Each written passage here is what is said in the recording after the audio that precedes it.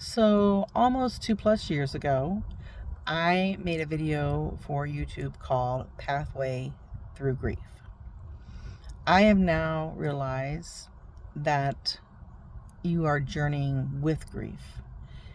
For me, personally, everyone's journey is different. The way you grieve, how long you grieve is completely different. And my personal belief is that no one has a right to tell anyone how they should grieve or when they need to stop grieving or anything of that nature. Everyone goes through it differently. It's based on your personal experiences, other traumatic events you've had, other things that are in your past. So in the last 2+ years, I finished my degree in social work, and it's been difficult. I've missed my dad a lot. My dad died August of 2021. It is now September of 2024.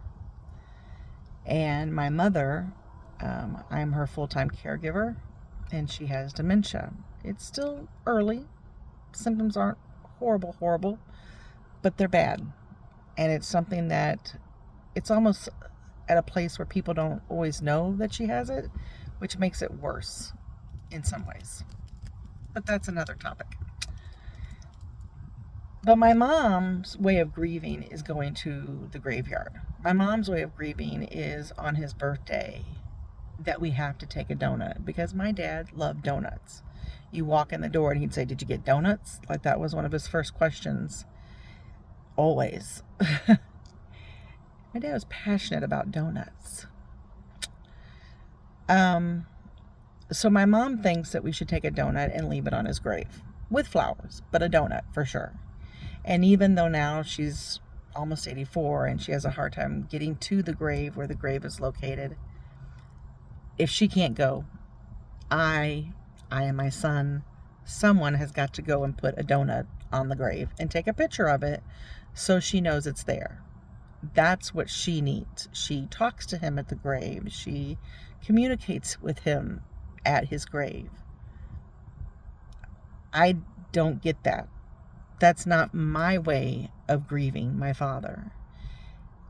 In the last 2.5 years, I think I've had a really hard time figuring out how to grieve for my father. So as a social worker, I have a client who lives in the area close by where the hospice house is that my father died at.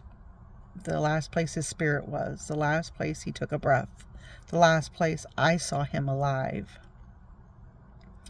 And quite by accident, completely by accident, not even thinking about it, several months ago, I took a wrong turn. And when I realized that I was at the hospice house, I was literally right in front of it almost. And it got me.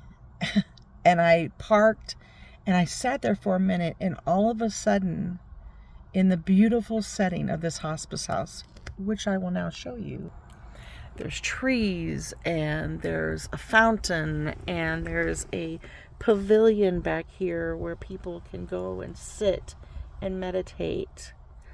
Even to the other way, there's walking paths, and even the hospital that my father was at is all the way over there. And there's trees, and it's just, today is a beautiful day here, and it's just a gorgeous place to be. So as I accidentally found this place, I felt my dad. And I feel my dad all the time. I'm not saying this is the only place I feel my dad. I don't mean that. But I really felt him. I just felt him. And the floodgates opened up, and I just cried and cried and cried. And I found myself talking to my dad, just like my mom does, at the grave. That's my way of grieving. Your way of grieving is however you want it to be. And my thoughts about grieving, and everyone has thoughts. Kubler-Ross 5 stages of grieving, which has even now been modified in some ways. We'll talk about that in another video. But those 5 stages come to people differently, and it's all based on your own beautiful, wonderful life and what you've been through and what that person meant to you. Did you have a good relationship with them when they were alive? Did you have a bad relationship? Were there things you left unsaid? Were there things you said everything you wanted to say? You talked all the time. All of those things can change the way a person grieves. So don't beat yourself up. If you have someone that just recently passed and you're just at the beginning of this journey, if you have someone that passed 30 years ago and everyone tells you, why can't you just get over it? They've been gone 30 years. What's wrong with you? There's nothing wrong with you. You're allowed to grieve as long as you want to. Try not to let it stop your life. Try to live a life that those people were grieving would be proud of. But you can grieve however you want. So today, in my journey my journey with. This is a journey with grief. And I feel as though this journey will last my lifetime. Because I'll always miss my dad.